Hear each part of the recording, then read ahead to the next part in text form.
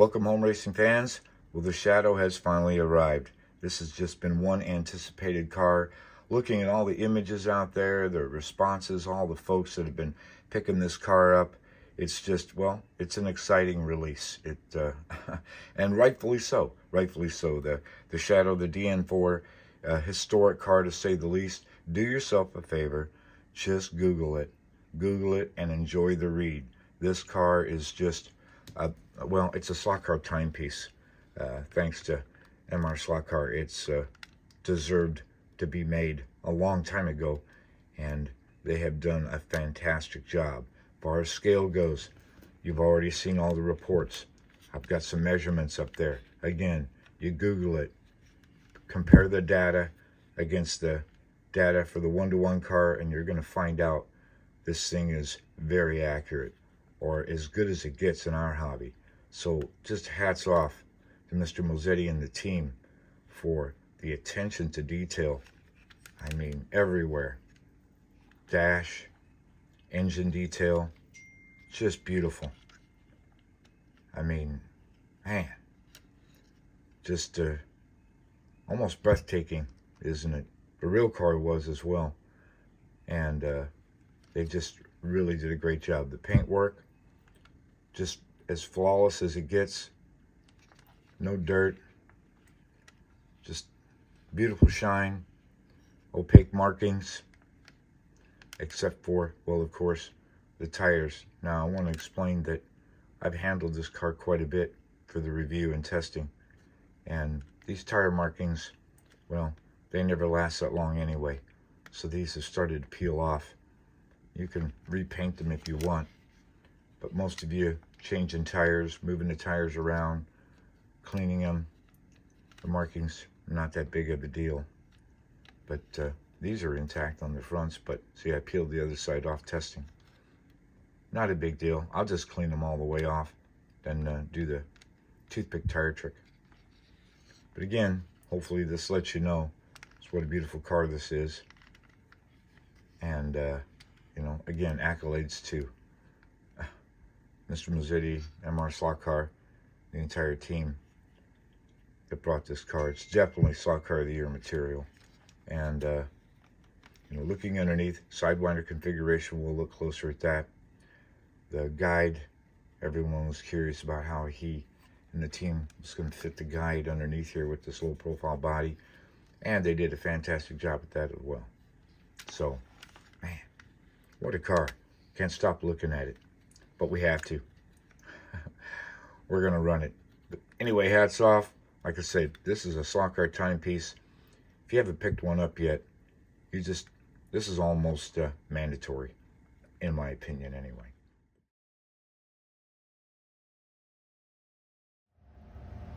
If you like the collectible numbers, check underneath the case.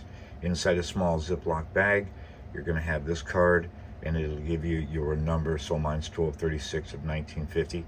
I think it's pretty cool that he puts that in there for those that care about such things like this. So anyway, check under your case. As nice as the outside is, so is the inside. The guide here, we've had a lot of talk about that. You'll notice it's a low profile configuration, and that of course is because of the low body work, and it works great. We're going to take a closer look at it here in just a second. Now, the front axle, it's fully adjustable, so you can adjust the height. There are no set screws here on the top, but they are here in the bottom 1 and 2. The pod assembly, well, I didn't expect anything less. Just a nice functional pod, 1, 2, 3, and 4 screws. You loosen them up, back them off, and you can get some good float action. Here we have a barred magnet for those that use it. I've seen some reports already. Most of you that are magnet racing are happy enough with the magnet. The motor, 21,475 is what I benched it at under no load. It's rated at 23K. It's going to pick up with a little break-in. And then finally, the gears, 11 to 34. The mesh is really nice and smooth. And again, break-in is just going to improve it. So overall, no complaints. I didn't expect really anything less from MRSLOTCAR. As impressed as I was with past products and then reading the reports on this, no surprises. I know this thing is going to scoot. So, plenty of talk about the guide, and rightfully so. People were wondering how he was going to get a guide underneath here, given the low bodywork restrictions, without moving it back too far. And as other parts of the car, he's engineered a very interesting but effective design. You'll notice that the ferrules come in from the side instead of going straight up and down, so that helps clear the bodywork. And you have 1, 2, and 3 screws, and then this top plate assembly. You remove all 3 of these, then you can remove the top plate, and you can take the guide and bring it from the bottom. These 2 screws here, 1 and 2, they secure the braid right there, so the braid cannot be pulled out. So these 2 secure the braid. This is the final screw there for the plate itself. You take all of that out. We'll show you that in a minute. And you can drop this down, and then you can change the braid. The guide itself, the size, I really like it. 8.35 depth, 25 millimeters long, and 1.5 millimeter wide. He makes a bigger guide for the more advanced tracks out there. And, well, I'm not complaining one bit. A little closer view so you can see how the braid is tucked into the guide just a little bit better. As you can see, it just comes in here and it's tucked in, and it's secured with that screw. Right here's where the ferrules go. So if you're going to change the braid out, you might want to just take a toothpick, kind of push that braid down so it'll lay down in the guide, as you can see, and then insert the ferrule. Some have reported that the guide hangs up a little bit, and under closer investigation, you'll notice there just really isn't a lot of clearance between the top edge of the blade and the chassis. What I noticed here is turning it, and you can get it to do it, to click it, is right here where your body mount screw goes through. There's just a few thousandths flash molding right there, and that's where the blade was kind of hanging up. So just clean that up with an X-Acto blade, maybe using some 1000 grit sandpaper. Just clean that up, and now I have free rotation. And it is time to talk tires. And I can tell you, there will be no shortage of aftermarket tires for this car. So if you were worried about that, just don't.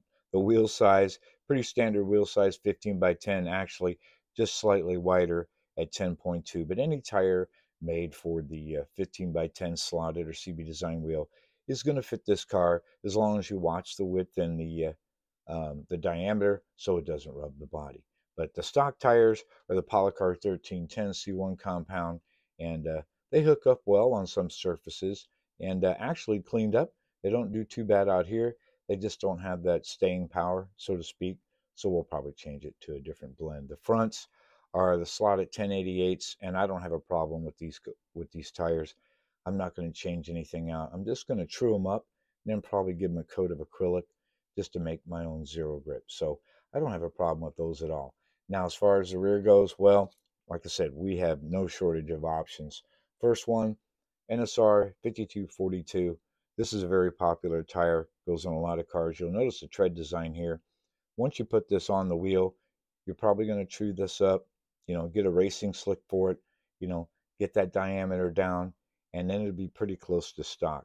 The diameter as it slipped on for the 5242 is right around 20.6, 20.5.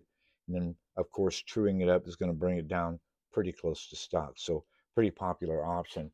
And another one from NSR, just a little bit wider, is the 5322. Of course, your own compound. You notice this says extreme. You choose the compound that you like. But the width is the big deal. 11.3, 11.4 is width, so a little bit wider than stock. So those of you wanting a wider option, there you have it. As far as diameter options go, some people like to go a little bit lower diameter, and that's fine. 20 by 11 sideways. They make some great tires. A lot of people like this compound. And this one here, 19.70 millimeter outside diameter, just to get started. So if you want to bring this down a little bit lower, this is an option, just personal choice. As far as urethanes go, good old Paul Gage. 2012 5LM, that's the slip-on stock fit to me. You could go 21 12 5 and then get it in a truer and bring it down to the right diameter, whatever you want. But for the slip-on fit, I like this one. Man, they look really good. Speaking of looking good, the quick slicks. Man, the CB44s, they just, they look great on this wheel. Just a perfect fit. So those of you that looking for the silicone, this is your number. And remember, you can also choose your, firm, extra firm compound. And if you want to go lower, try a CB43 if you just want to reduce the diameter. So there you go. We could keep going. I mean, we could just go all day with different compounds and blends and approaches to the tires. But needless to say, like I said, to start it off, there's just no shortage. And that's just another plus for this car. Oh, yes. Well, nice and smooth, very responsive. I keep saying it, but I expected it. A couple of years ago, I gave SLOTCAR of the Year to the Jag. I thought it was well deserved. You don't hear a lot of people talking about it as much as this car. Of course, I guess it doesn't have that history, but mechanically speaking, the cars were just outstanding. And, well, so is this, in my opinion. But Mr. Mozzetti, his team, they've got so many years of experience in this hobby. And really what you're looking at here is passion. This is what happens when you just give a damn about what you're doing. And it shows inside and out. It's a beautiful car. Runs great. Knew it would.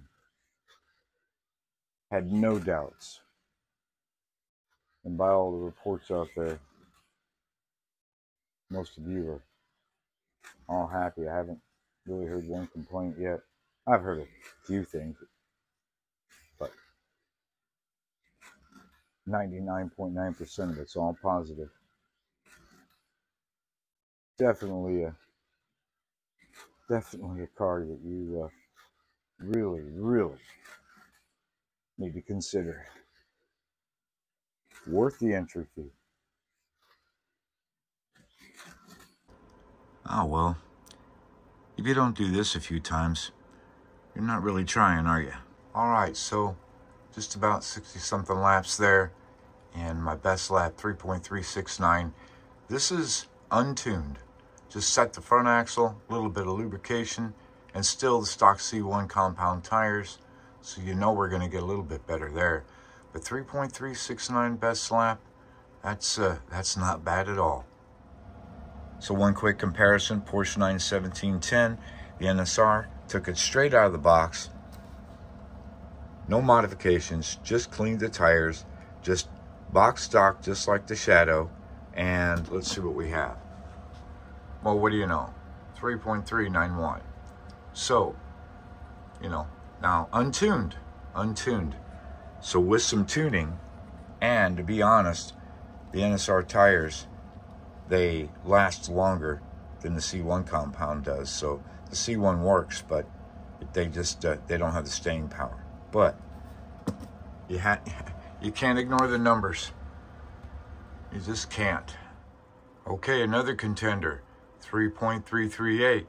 So it's a pretty fast mover. What do we have? Yep, Thunderslot McLaren. I expected that. But again, we're talking box stock.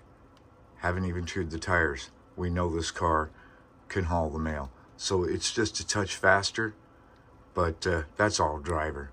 But anyway, very, very close lap times. Like I said, I think allowing this in the class, the Shadow is going to be one tough customer. Yeah, well, there you have it. Pretty much going to sound like everyone else. It's just a great slot car, and you need this. If you're a fan of classic racing, even if you're not, this is just a great slot car. You may not know anything about Can-Am, the Shadow, any of the history, but you know a cool looking slot car when you see it, and you probably know one that runs good. Well, this is going to be it. It has it, on the outside and the inside.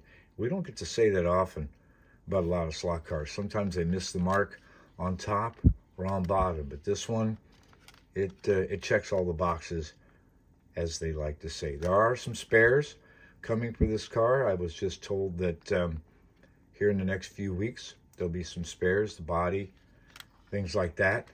So if you need those, just check your local stockist, find out when the availability is going to be. But anyway, at the end of the day, big thumbs up.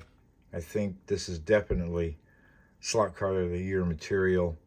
At least it is to me. So anyway, looking forward to even more feedback out there. I know that so many of you giving your reports, really appreciate it. It's a lot of fun seeing all these reports. It just goes to show you how much we needed this car in the hobby, with everyone just chiming in, showing their latest shadow.